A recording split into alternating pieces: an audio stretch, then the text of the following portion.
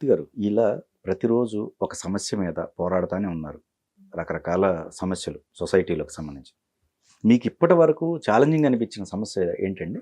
చాలా ఉన్నాయి సార్. ఉమ్. ఒకటి రెండు కాదు. అంటే అంటే నేను మర్చిపోలేరు. ఫీల్డ్ రిపోర్టింగ్ అంటే చేసినప్పుడు అంత కూడా గ్రౌండ్ నేను ఫీల్డ్ రిపోర్టింగ్ చేసినప్పుడు కూడా ఉమ్. చాలా ఉన్నాయి. ఓకే నేను Andaman Nicobar and tsunami cover చేశా. నేను అప్పుడు ఈటీవీలో ఉన్నా. ఓకే సునామీ వచ్చిందని తెలియగానే పోర్ట్ బ్లేయర్కి వెళ్ళిపోయా. ఉమ్. చెన్నై నుంచి ఫ్లైట్లో చెన్నై వెళ్ళిపోయా. ఓకే అక్కడి నుంచి ఉమ్. కవరేజ్లో ఉన్నా. ఉమ్. కొన్ని వేల మంది వందల మంది శవాలు కాలుతున్నాయి అక్కడ, డెడ్ బాడీలు. కొన్ని జాతులు అంతరించిపోయినాయి అన్నారు. మీకు మొబిలిటీ లేదు. ఒక దీవి నుంచి ఇంకో దీవికి వెళ్ళడానికి ఏం పనికిరావు. మీకు తినడానికి తిండి లేదు. మున్సిపల్ వాటర్, డ్రైనేజ్ వాటర్ కలిసిపోయింది, మంచినీళ్ళు వాటర్. ఓకే. ఫుడ్ లేదు, మంచినీళ్ళు లేవు. కొన్ని వేల మంది చచ్చిపోయారు. ప్రపంచానికి తెలియజేయాలి. సో మనమే ఒక హాస్పిటల్ షిప్ ఇస్తామన్నాం. సుమిత్రా దీవుల్లో వాటిల్లో కూడా జరిగింది సునామీ. అంటే అలాంటిది ఇండియాయే కంట్రోల్ చేయలేకపోతుంది. సునామీ వచ్చింది, కొన్ని వేల మంది చచ్చిపోయారు. ఆదిమ జాతి గిరిజనులు ఒక 50 మంది 60 మంది మాత్రమే మిగిలిన లిటిల్ అండమానీస్ కొన్ని తెగలు ఉన్నాయి. అవి అంతరించిపోయినాయి, సముద్రంలోనే చచ్చిపోయారు అని వరల్డ్ మీడియా రాస్తున్నప్పుడు, ఇండియా కంట్రోల్ చేయలేకపోతుంది అన్నప్పుడు చాలా పెద్ద అసైన్మెంట్ అది. ఓకే ఉమ్. దానికి వెళ్ళి నేను 10-15 రోజులు వర్క్ చేశా. తిండి తినక, ఎక్కడున్నామో తెలియదు, చాలా దారుణమైన కండిషన్స్. అండ్ కొన్ని ఎన్కౌంటర్లు కవరేజ్కి వెళ్ళాం. ఉమ్. చాలా పెద్ద ఇష్యూస్ ఎన్కౌంటర్లు కవరేజ్కి వెళ్ళాం. ఉమ్. అండ్ చాలా ఉన్నాయి సార్. అలా ఎన్కౌంటర్ కవరేజ్ ఏదండి? గుంటూరు జిల్లాలో 18 మంది ఎంతమంది చనిపోయారు. ఓకే సో చాలా వాటికి వెళ్ళాం. ఓకే గిరిజన ప్రాంతాల్లో ఖమ్మం జిల్లా భద్రాచలంలో కొన్ని ఇష్యూస్ ఉమ్. తెగించి వెళ్ళినవి చాలా ఉన్నాయి. సైక్లోన్ కవరేజ్కి వెళ్ళా, కోనసీమ కవరేజ్కి వెళ్ళా. 96 ఓకే శవాన్ని కుక్కలు తింటుంటాయి. ఓ, ఆ. ఉమ్. అండ్ నేను బాంబే టెర్రర్ అటాక్ కవరేజ్కి వెళ్ళా. సౌత్ ఇండియా నుంచి వెళ్ళిన ఫస్ట్ ఛానల్ నాదే, ఎన్టీవీలోంచి వెళ్ళా ఓకే నా టీంని తీసుకొని. చాలా పెద్ద కవరేజ్ అది. ఉమ్. నేషనల్ మీడియా నా అవుట్పుట్ తీసుకొని కర్టసీ అని వేసుకుంది. పెద్ద పెద్ద కెలామిటీస్, బాంబ్ బ్లాస్ట్లు, ఓకే సునామీలు Okay. అన్ని కవర్ చేశా. అండ్ స్టింగ్ ఆపరేషన్ చాలా చేశా. ఓకే విజయవాడలో అయితే చాలా స్టింగ్ ఆపరేషన్ చాలా చేశా. ఓకే కిడ్నీ ర్యాకెట్, ఆ. బ్లడ్ మాఫియా, మెడికల్ మాఫియా చాలా చేశాను. ఓకే సో నేను ఫీల్డ్లో అగ్రెసివ్గా ఉండేవాను సార్. ఉమ్. స్టూడియోలోకి వచ్చేసరికి నా అగ్రెషన్ చూసి నేను ఏదో చేస్తాను అనుకుంటారు. నేను ఫీల్డ్లో అంతకంటే అగ్రెషన్లో ఉన్నా. ఓకే నేను ఓల్డ్ సిటీలో మతకళ్ళలో లైవ్లో కవర్ చేసిన వ్యక్తిని. అటు నుంచి ఇటు నుంచి పొడుచుకు చచ్చిపోతున్నప్పుడు. ఓకే ఉమ్. సో అగ్రెసివ్గా ఉండడం నాకు ఫీల్డ్ నుంచి అలవాటు. బట్ అప్పుడు ఇన్ని ఛానల్స్ లేవు కాబట్టి, వ్యూవర్స్ ఇంతమంది లేదు కాబట్టి నేను స్టూడియోలో కూర్చుని అగ్రెషన్ ఉన్నా అనుకుంటున్నారు. నేను చేసిన స్టోరీలు ఇప్పుడు జనరేషన్కి తెలియవు, నేను తిన్న దెబ్బలు ఇప్పుడు జనరేషన్కి తెలియవు. ఓకే అప్పట్లో నేను ప్రతి అసైన్మెంట్ ఒక ఛాలెంజింగ్గా తీసుకునేవాడిని. మూర్తి గారు, పార్టీలకు అతీతంగా ఒక ప్రశ్న అండి. రాబోయే ఎలక్షన్లో ఆంధ్రప్రదేశ్, ఇటు తెలంగాణ అంటే ఎంపీకి సంబంధించినవి. సో ఓటర్స్ ఎలాంటి నాయకుడిని ఎంచుకోవాలనుకుంటున్నారు? ఉంటే మంచిదండి. అంటే ఓటర్ల నిర్ణయమే ఫైనల్ అండి. నా ఇష్యూ ఏంటంటే ఓటర్లు ఓటుకే చాలా మంది వెళ్ళట్లా. ప్రాబ్లం అది. ఓకే ఇప్పుడు సినిమాలో హైలైట్ చేసే పాయింట్ అది. ఆహా. మీరు ఏ నాయకుడిని ఎంచుకోండి, నాకు అభ్యంతరం, ఏ పార్టీని ఎంచుకోండి, ఉమ్. కానీ ఎంచుకునే హక్కు నీది. నువ్వు ఓటేస్తే మాత్రమే నీ తరపున వాడు గెలుస్తాడు. వాడు నేను ఎత్తి మీద కూర్చోడానికి లేడు, వాడు నీకు సేవ చేయడానికి ఉన్నాడు. ఆ విషయం నీకు తెలియదు, వాడికి తెలియదు. వాడు దైవాంశ సంబూతుని అనుకుంటాడు, నువ్వు వాడి కింద బానిసని అనుకుంటున్నావు. ఇది రివర్స్ అంటున్నా. నువ్వు ప్రభువువి, వాడు నీ సేవకుడు. ఎగ్జాక్ట్లీ అంతే కదా. సో సేవకుడిని నియమించుకునే ప్రభువు ఉమ్. అంటే యజమాని. ఉమ్. తన సేవకుడిని నియమించుకునే యజమాని సేవకుడికి బానిసగా మారిపోయి బానిస భావజాలంతో నువ్వు పని చేయకపోతే నేను చచ్చిపోతాను, నువ్వే ఆదుకున్నావు నన్ను అంటే ఎలా? ప్లస్ తను పని చేయడం వల్లే అవతల జీవితాలు ఉన్నాయనుకుంటే ఎలా? దీనికి బాధ్యత ఓటర్దే. ఓటరు ఓటు వేయాలి. 60% మించి యావరేజ్గా ఏ ఎన్నికల్లో పోలింగ్ జరగదు. యావరేజ్గా ఒకసారి 70 అవ్వచ్చు, 90 అవ్వచ్చు, ఒక్కొక్కసారి 98 అయిపోయి రీపోలింగ్ జరగచ్చు. అది నేను చెప్పట్లే, ఐసోలేట్గా చెప్పట్లే. జనరల్గా 1952 నుంచి ఇప్పటి వరకు ఎన్నికల్లో పోలింగ్ 60-65 నుంచి జరగలేదు. ఈ 60% బయట ఉన్నారు చూడు, ఓటు వేయని వాళ్ళు, వీళ్ళు చదువుకున్న వాళ్ళు ఎక్కువ, వీళ్ళు సొసైటీ మీద కన్సర్న్ వాళ్ళు ఎక్కువ, వీళ్ళు బుద్ధిజీవులు. కానీ ఓటుని లెక్క చేయరు.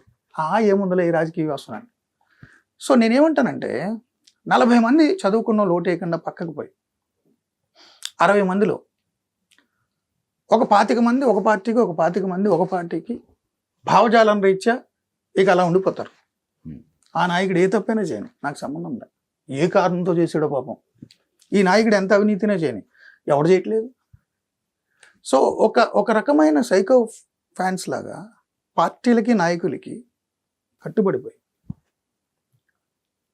అనకూడదు కానీ ఆ పదం, బానిస భావజాలంతో నాయకుల పట్ల పార్టీల పట్ల ఒక పాతికిట్టు ఉండిపోతారు. ఓకే. ఓ 10% మంది అటు ఇటు ఆలోచించి సమాజంలో ట్యాక్స్లు ఎలా ఉన్నాయి, పరిపాలన ఎలా ఉంది, లా అండ్ ఆర్డర్ ఎలా ఉంది, చదువులు నిర్ణయిస్తారు. ఏం చేసినా ఈ పాతికట్టేస్తారు, ఏం చేసినా ఈ పాతికట్టేస్తారు. ఈ 10 మందిలో అటు ఇటు టిల్ట్ అవుతున్నప్పుడు ప్రభుత్వాలు మారుతాయి. నేనేమంటానంటే 40 మంది బయట ఉన్నప్పుడు 60 మందిలో ఒక 3 పార్టీలో 4 పార్టీలో పంచుకున్నప్పుడు ఒకడికి 10, ఒకడికి 12, ఒకటి 15 అలా వచ్చినాయి అనుకో, 22, 23 ఓట్లు వచ్చినోడు అధికారంలోకి వస్తున్నాడు.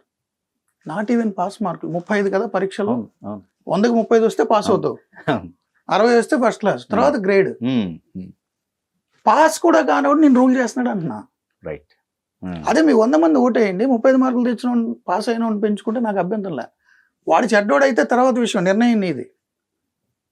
అసలు పాస్ మార్కులు కూడా రానోడు నిన్ను పాలిస్తున్నాడు. నిన్నే కాదు, నీ తర్వాత తరాలను కూడా. నువ్వు తెలుగు మీడియంలో చదవాలా, ఇంగ్లీష్ మీడియంలో చదవాలా, నువ్వేం చదవాలి, నువ్వు చదివితే ఏం ఉద్యోగం వస్తుంది నీకు, పరిశ్రమలు ఏమొస్తున్నాయి, అసలు నువ్వు పొల్యూషన్ పరిస్థితి ఏంటి, ఇండస్ట్రీస్ పరిస్థితి ఏంటి, పొల్యూషన్ లెవెల్స్ ఎంత ఉన్నాయి, దాన్ని ఎలా కంట్రోల్ చేస్తావు, నువ్వు ఏ వెహికల్ వాడాలి. ఢిల్లీలో అయితే వెహికల్ నెంబర్స్ ఉంటాయి, ఈరోజు ఈ వెహికల్ తిరగాలి, ఈరోజు ఈ వెహికల్ తిరగాలి, షెడ్యూల్ని బట్టి. అంటే నువ్వు ఏ కారులో వెళ్ళాలో, ఏ బండి మీద వెళ్ళాలో కూడా నువ్వు ఎన్నుకున్నా లేదా నువ్వు ఓటేయని నీ ప్రభుత్వ వ్యవస్థ నిర్ణయిస్తుంది. ప్రజాస్వామ్యంలో, ఇప్పుడున్న డెమోక్రసీలో ప్రభుత్వాలే మీ జీవితాలు నిర్ణయిస్తాయి. ప్రజాస్వామ్యం కాని పక్షంలో ఉత్తర కొరియాలో కిమ్, రష్యాలో పుతిన్, చైనా అతను నియంతలైన ఆ భూమి మీద లా ఆఫ్ ది ల్యాండ్ వాళ్ళే. సో వాళ్ళు మూర్ఖులైతే ఆ రాజ్యం దరిద్రంగా ఉంటుంది, వాళ్ళు మంచివాళ్ళు అయితే ఆ రాజ్యం బాగుంటుంది. అది వాడి మూర్ఖత్వం మీద, వాడి మంచితనం మీద ఉంటుంది. కానీ ప్రజాస్వామ్యంలో ప్రజల మూర్ఖత్వం మీద, ప్రజల మనస్తత్వం మీద కదా పాలకులు పనిచేసేది. సో నువ్వు కదా ఇక్కడ రాజువి, నువ్వెందుకు ఓటేయడానికి వెళ్ళవు, అది నా ఇష్యూ. ఎవరికైనా ఓటేసుకునేవ్వండి, ఓటేయడానికి వెళ్ళు. నువ్వు నీ ఓటు ద్వారా గెలిపించగలవు, నీ ఓటు ద్వారా ఓడించగలవు. లేదు ఇద్దరు నచ్చలేదా, నోటాకి వాళ్ళైనా సిగ్గుపడతారు. నేను ఏదో గెలవడం గెలిచాను కానీ నాకంటే నోటాకి ఎక్కువ ఓట్లు వచ్చినాయంటే కొంచెమైనా సిగ్గు ఉంటుంది కదా. ప్రజలకి నేను నచ్చట్లేదని మార్చుకుంటాడు కదా. ఓటు ఏమని నేను చెప్తున్నా. ఎవరు ఎన్నుకుంటారు, ఏ ప్రభుత్వాలు వస్తాయి మనం చెప్పలేం. అంజిబాబు గారు, నేను ప్రభుత్వం ఇచ్చిన రేషన్ బియ్యం తిని బతికినాను చిన్నప్పుడు. నేను పేదవాడిని, నాన్న చాలా కష్టపడ్డాడు.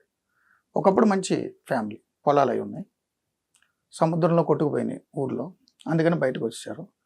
కష్టపడి పెరిగి మళ్ళీ సంపాదించుకున్నాడు. ఆ దశలో ఇబ్బందులు పడ్డాం,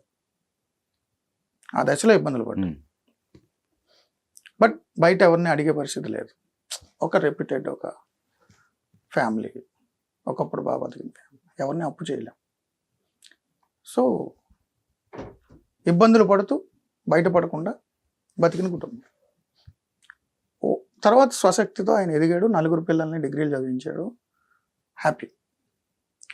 సో నేను వెల్ఫేర్ స్కీమ్స్, ప్రభుత్వం ఇచ్చిన రేషన్ తిన్నవాడిని, ప్రభుత్వ పాఠశాలల్లో కాలేజీల్లో చదువుకున్నాను.